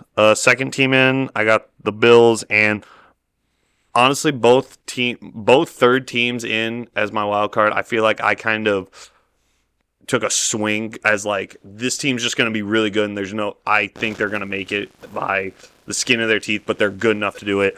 My third team, AFC, the Colts. So I got Bengals, Bills, Colts. Those are your wild cards. Those are my wild cards. I think that there's going to be teams coming out of 3 different divisions here. It's hard. Because last year, two wild cards came out of the AFC North. So I'm not going to say that couldn't happen again, but I feel like all 3 of these teams are good enough. I think Indianapolis is able to play well enough to get one of those spots. I know that's probably going to be the one that a lot of people are going to probably push back on, but at the same time, Bills I think are good enough with Josh Allen and their solid defense and tight ends and running backs. It's all solid. And as Alex already said, Cincinnati, if everything goes well for them, they could easily win their division. Mm-hmm. So I wholeheartedly believe Joe Burrow. Joe Shiesty. If he stays healthy, there's no way. I don't think Cincinnati misses the playoffs. Whether it be they win the division or they're making it. So I had Cincinnati as my number 1 right off. I think they could easily be like the number 2 or 3 team in the AFC. Yeah. I have them and the Ravens like a one game difference. Honestly, the only division that you could put someone in I would be upset with it is if you had anybody else from the AFC West. Correct. Yeah. Like any other like split up, I could be like, I see that. That's right. I had the Jags in the 2nd spot. Gotta rock with my boys, even if they don't make it. I gotta put them in there at least a little bit. And then I had the Jets at the 3. I could very easily see that being either another team in the AFC South or the other team in the North. But I got faith in the Jets. Rodgers doesn't have to be great. Mm-hmm. He just has to facilitate the offense, which the other 2 quarterbacks they had last year couldn't even do that. I mean, it shouldn't be hard to facilitate Breece Hall, Garrett Wilson, Mike Williams now. Their O-line, they beefed up with Fashanu from Penn State. So it shouldn't be hard to facilitate that offense. That's all he has to do as long as they can protect him. So I got them in my 3 spot. So when you want these in order, correct? You don't. Yeah, you can do them in order. I was gonna say that's. So for me, it's Ravens top wild card. Yeah. And then I've got Jacksonville as a wild card, but then I'm going Pittsburgh. Pittsburgh? Okay. Yeah. Pittsburgh is I'm not bold enough to do that, but I do. I was about to say, I wasn't bold enough to do that either. I just, because, I don't think Pittsburgh's a bad team. Pittsburgh was a 10-win team a year ago with garbage quarterback play. And garbage O-line play. Yeah. And they're a better team this year. Yeah. So I think you get 3 teams from the NFC North or AFC North in the playoffs again. I don't know. For me, I think the Steelers just might make a bad decision on starting Russ over Fields, and that just might be my reasoning why I'm not putting him in. Just because I feel like they're gonna choose wrong one way or the other. They're gonna choose the veteran over Justin Fields, who I feel has more upside. So the thing about the AFC North teams is the opposite of what the Chiefs have. The Chiefs get to play the AFC West. The Steelers have to play. Yeah. Like I wouldn't be surprised. Like if you told me the Steelers went 0-6 against AFC North opponents, I wouldn't be like that's impossible. Sure. No. But like if you told me they went 6-0 against AFC North opponents, I wouldn't be that's impossible. That's the tough part is they all have to play each other, correct. And it's gonna get split up so much that it just with how much talent there is in the AFC, it's gonna be those last 2 spots are gonna be tough. But I do respect the Steelers pick a lot. Yeah, exactly. NFC wildcards. My number 1, obviously, I picked Green Bay to win the North, but Detroit's going to be the first team in. Okay. Like I said, NFC North's going to be 2-horse race. Detroit's going to come up just a little behind Green Bay, but they're obviously going to easily make it in. My 2 pick in the NFC, Philadelphia. They got better. They're going to make playoffs. I don't see how they can't. They might play a little bit better than the Lions, but I don't know.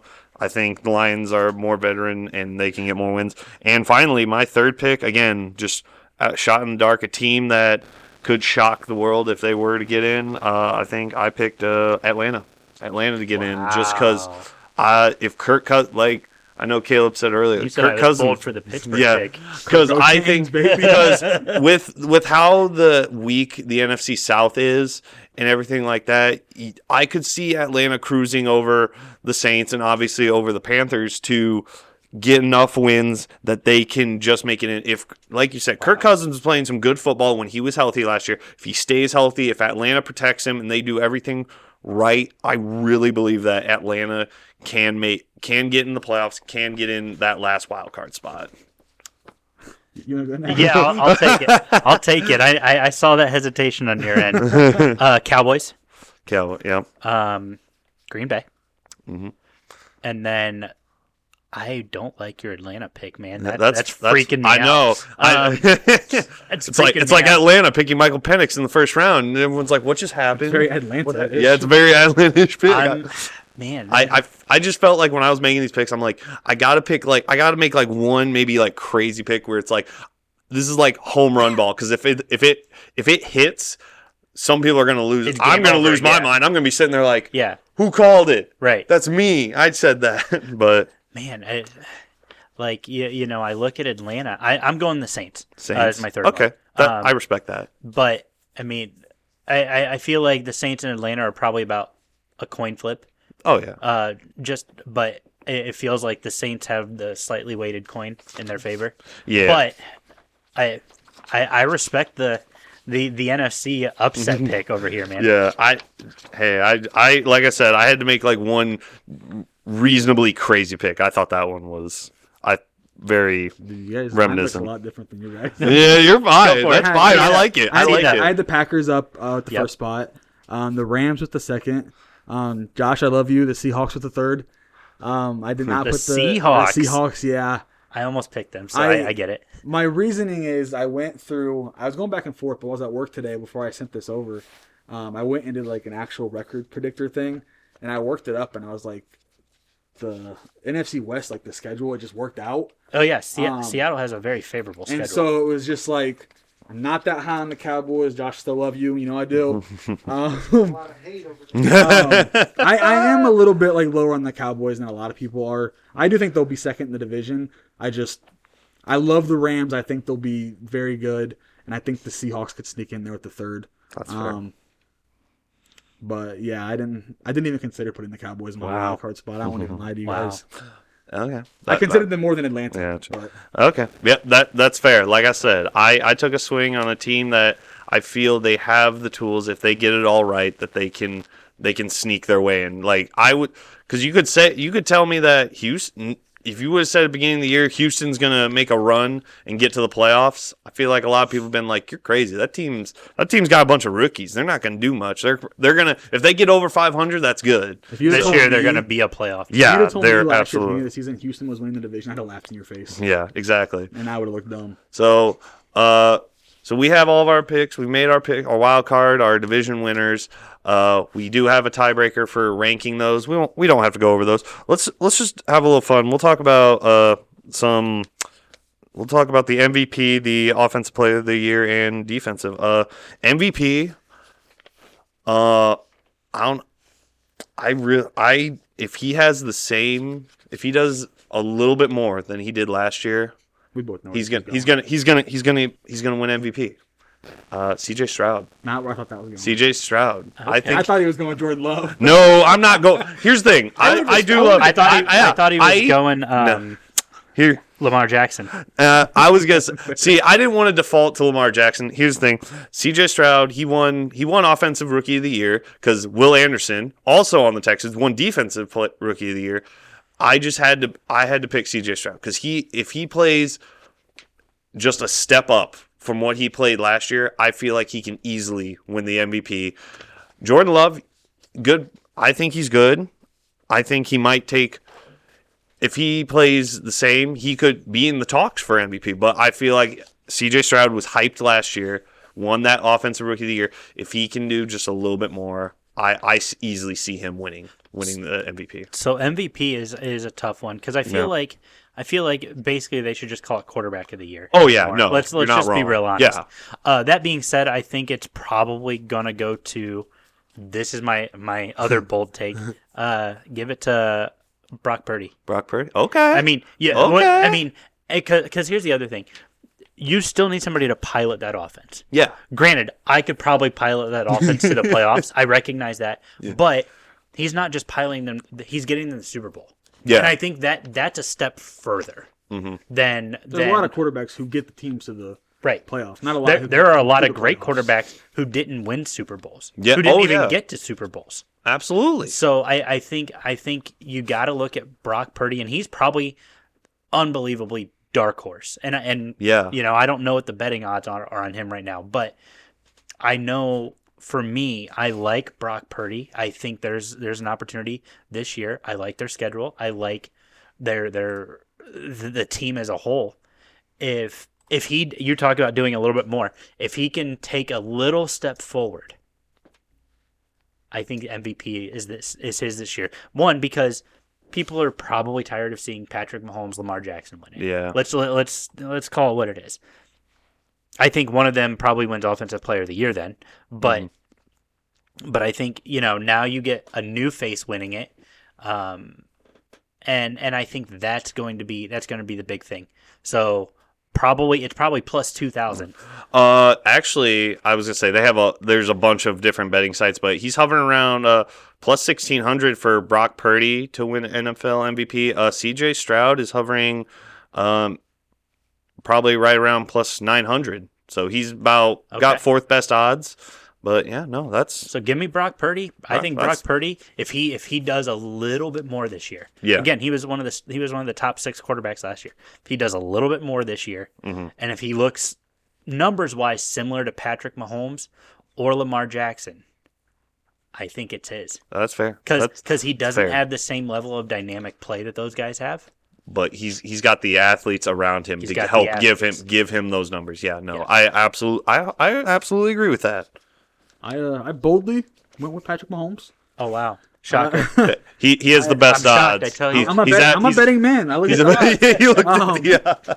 He changed his pick last second. Can we get that on? There's a couple of players that I thought of, but this is probably one of the better offensive weapons set of weapons that he's had. Besides, young Tyreek Hill and younger Travis Kelce. Mm-hmm. But if Rashee Rice plays the full season or most of the season, which I don't know exactly what that looks like right now, and Xavier Worthy and Hollywood Brown are both healthy, it'd be a dangerous offense. Oh, yeah. And I think going for the three-peat, I think Mahomes is going to come back for the MVP. He wants the MVP, three-peat, and the Super Bowl MVP. So another piece to add to that offense that's not being talked about, and we haven't talked about it here tonight. Watch out for Carson Steele. Former Ball State running back, transferred to UCLA for a year, has a pet alligator. Dude's a badass, first off. Carson Steele, I mean, he's a human bowling ball.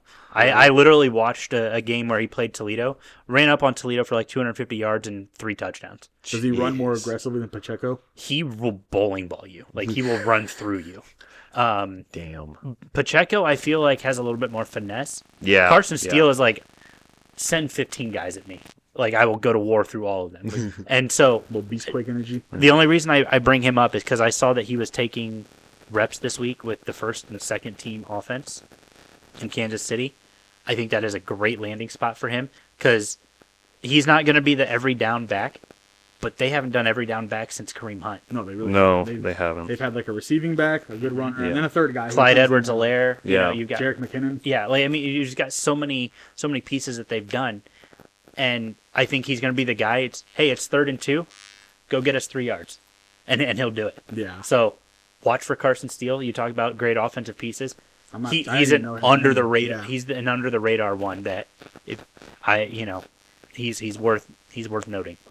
Fair enough. Can I go first with my offensive player of the year? Go for it. It contradicts what I said earlier a little bit. I have CeeDee Lamb winning it. Okay. It's not because I don't think that the Dallas offense will be horrible. I just think they'll be too one-dimensional. And it's going to be through CeeDee Lamb. Yeah. I think he'll get all the production needed to win the award. Yeah. I just don't think Dallas as a whole will be good enough to get those wins. I think he could average 150 yards a game, including losses. Sure. Mm-hmm. And I just don't know. There's no other wide receiver one I think that's going to get the volume he's getting.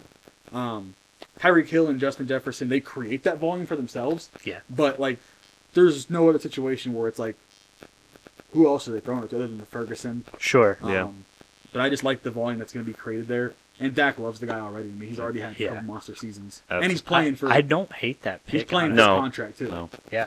Yeah. No. For me, I just had to go with the guy who does everything and is the just Swiss Army knife for the San Francisco 49ers, and I got to go Christian McCaffrey. You can never hate you can't No, as long as he is healthy and he is playing at a high level, it's hard to not see him win because he can catch the ball, he can run the ball, he can do everything that you ask him to do. He is an absolute animal of an athlete. I can't. He can do everything. That's all I need to say. Never a bad bet. I don't dislike that. Yeah. I mean, and that's frankly that's a safe bet. And I'm right there with you. That's who I've got winning offensive player of the year. And I think a lot of that too, honestly, is because of just how dynamic he is. Yeah. Catch, block, run, throw occasionally. There's not an offensive tactic that he can't do. Exactly. Correct. And he does it all well. Oh yeah. Like there's no weakness, sans his health, in his arsenal. But he's been healthy since he's been in San Francisco. Yeah. He was dealing with health in Carolina. He's also not the only threat there. So he's not getting pounded through. It's not just him having to run through the wall by himself to win games. Right. He's got, as we said before, he's got Brandon Ayuk, he's got Deebo Samuel, he's got George Kittle, he's got Brock Purdy, he's got all these guys who, it's not just the spotlight's on him. The spotlight's spread out there. So obviously the light still might be brighter on him, but he a little more attention's away from him. And just as a note, I pulled up just betting odds on offensive player of the year. This is just from one source. Tyreek Hill put at the top of the list to win. Christian McCaffrey second. CeeDee Lamb's third. After that, we got Jamar Chase, Justin Jefferson, Breece Hall, Bijan Robinson, Saquon Barkley, Amon-Ra St. Brown, and then finished it with Jonathan Taylor. Another one too. He gets volume and he's a guy is going to catch 12 balls a game consistently. My fantasy hero. Yeah. My fantasy. Defensive. Can I take this one? Go first? for it. Absolutely. So hasn't done it. Give me TJ Watt. Oh, geez. Give me TJ Watt. I think this is the year he finally breaks through, wins Defensive Player of the Year. Yeah. Hey. There. I wholeheartedly agree. I was gonna say his numbers frankly, I think he's been robbed. Oh yeah, no, times. He absolutely has. His numbers have been consistently good, and I think that's been the problem. Is he had a great rookie year? Yeah, and then he's been as good, if not slightly better, every year. Has he actually not won it? I don't believe so. I don't believe so. Hold on, I'll pull it up. If he has, it's been once. I know he's lost a couple to Aaron Donald that he probably should have won. Right, and I think you've lost one to Myles Garrett. Yeah. Well, I kind of thought Myles Garrett got it because they were like 50-50, but I thought it was because Watt already had one. I don't know that Watt has one. If he doesn't have one, I would change my pick. That's crazy. I'm trying to find. Yeah, I mean, either way, you can't go wrong with. Well, regardless, his numbers don't lie. T.J. Watt has been a phenomenal defensive player, and really, I think what we've seen with these awards is they've evolved from MVP is now a quarterback award, offensive player of the year, usually a running back anymore. Defensive player of the year is a defensive lineman award. So he's usually Edge, if not Donald. He has won the AP Defensive Player of the Year award and the sports? He has not won. Yeah, he hasn't actually won. Yeah, the NFL Defensive Player of the Year. Yeah, that's insane. That's what I thought. I'm 99% sure he hasn't won the NFL one. I knew he's won other ones, but the one that matters is the league one. Yeah, so. TJ Watt, this is his year. Yeah, I wholeheartedly agree. He's been playing super good. Yeah. And it's crazy that he has not won he hasn't actually won the NFL defensive player. Yeah, he's got it. Yeah. Yeah, he's got it. Now, I'm very curious. What's that bet trifecta look like? The CMC, TJ Watt, and then whoever your MVP is, Yeah. Well, I mean, we could do this later, of course, but but parlay those. Man. Yeah, that would be insane to check out. Throw a buck on it. Yeah. Did you put? I didn't put TJ Watt. I probably would now, knowing he hasn't won one. Oh yeah. I went Aiden Hutchinson. That's a good choice. That's not a terrible choice. I was either. going through a couple of the guys. I also really like Max Crosby. I like them former both, Eastern Michigan Eagle, baby. Both for the same reason. Amazing edge rushers who just added in a great defensive tackle to their defensive line. Yep. One guy, Christian Wilkins. Yep. The other guy, DJ Reader.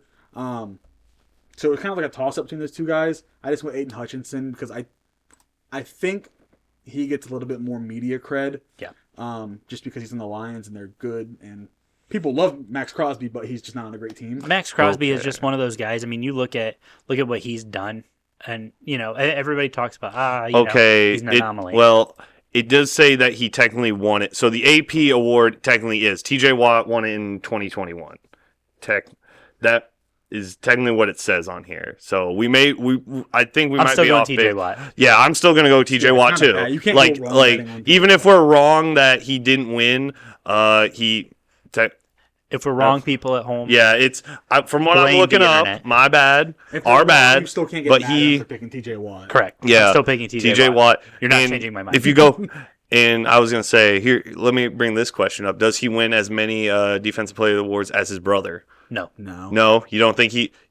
So he has one. Trick he question. has to win. His brother has 0. No. Well, JJ has 3. He has 1. I bet he wins more than Derek. How old is TJ? TJ, I just had it pulled up. Is he 28 yet? I don't think he's 28. I was gonna say, let me get back on the site. Because I can change my answer. 90. Oh no, he's 29. Ooh, yeah. Then no, he doesn't do it. Yeah, not as many as his brother. Yeah. But I still think he can do it. It's. I think he can match him, but I don't think he can pass him. Yeah, it would be hard to win for if he. Talent nowadays is just. Yeah, especially the edge talent. Yeah. Well, like you mentioned, guys like Max Crosby. I mean, you just other dynamic people eaters. Yeah. Like and just in Chase Young. In order of here that I have on this website, like my favorite TJ Watt and Micah Parsons are the same odds.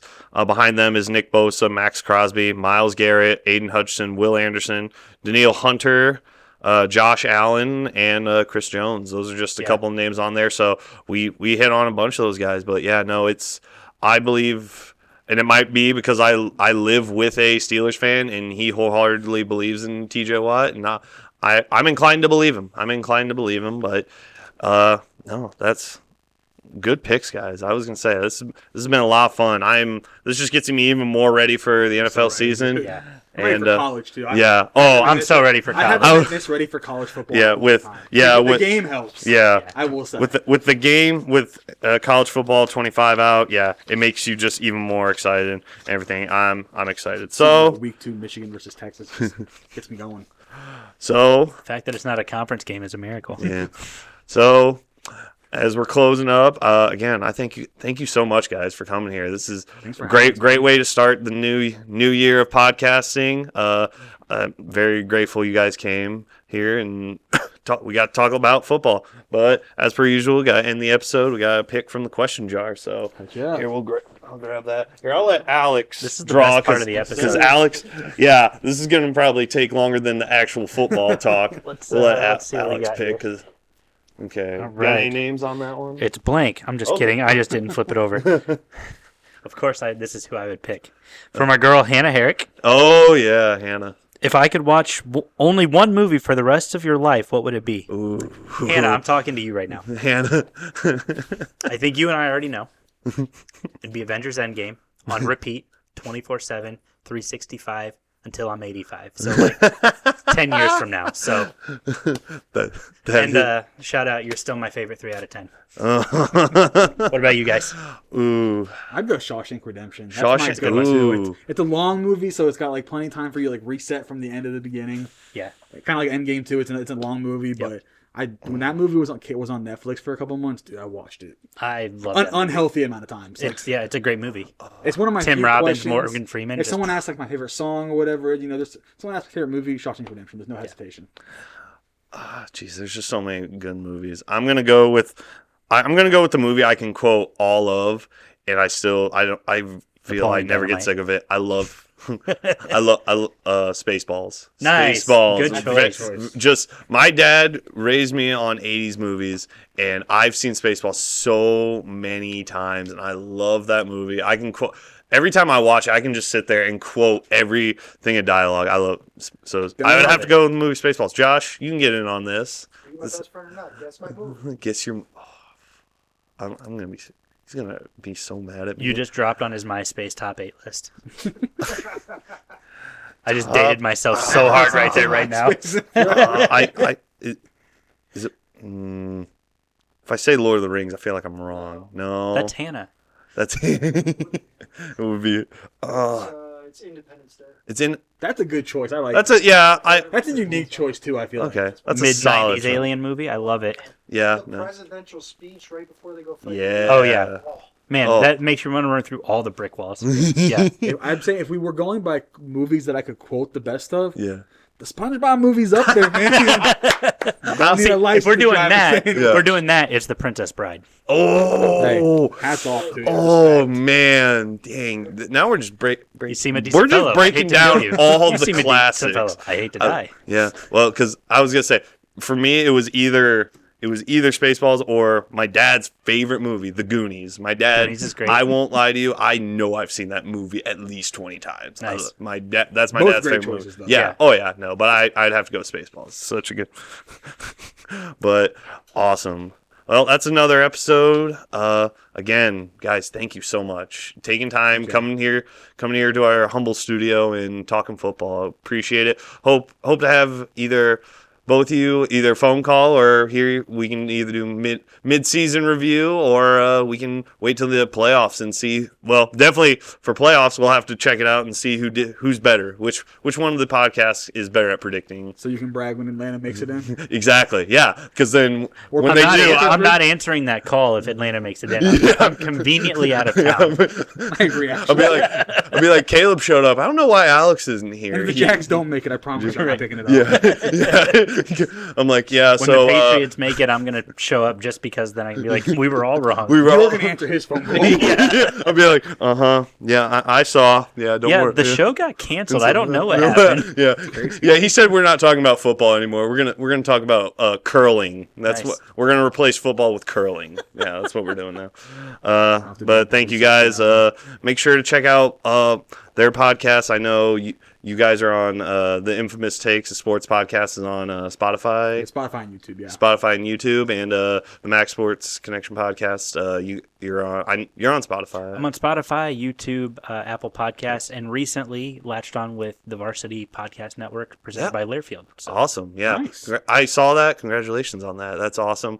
And Varsity app is free, by the way, so download it. there you go. We'll make sure to tag you guys in it. And again, thank you so much. I appreciate I get to call you guys friends, and happy that we can always talk football. So can't wait to see you back. And if you've lasted through this long of the podcast, congratulations. This is probably the longest episode we have done, but that's the only way to start a new season of podcasting is to do the longest one and talk all about football. So if you've lasted this long, thank you very much. We'll catch you on the next one.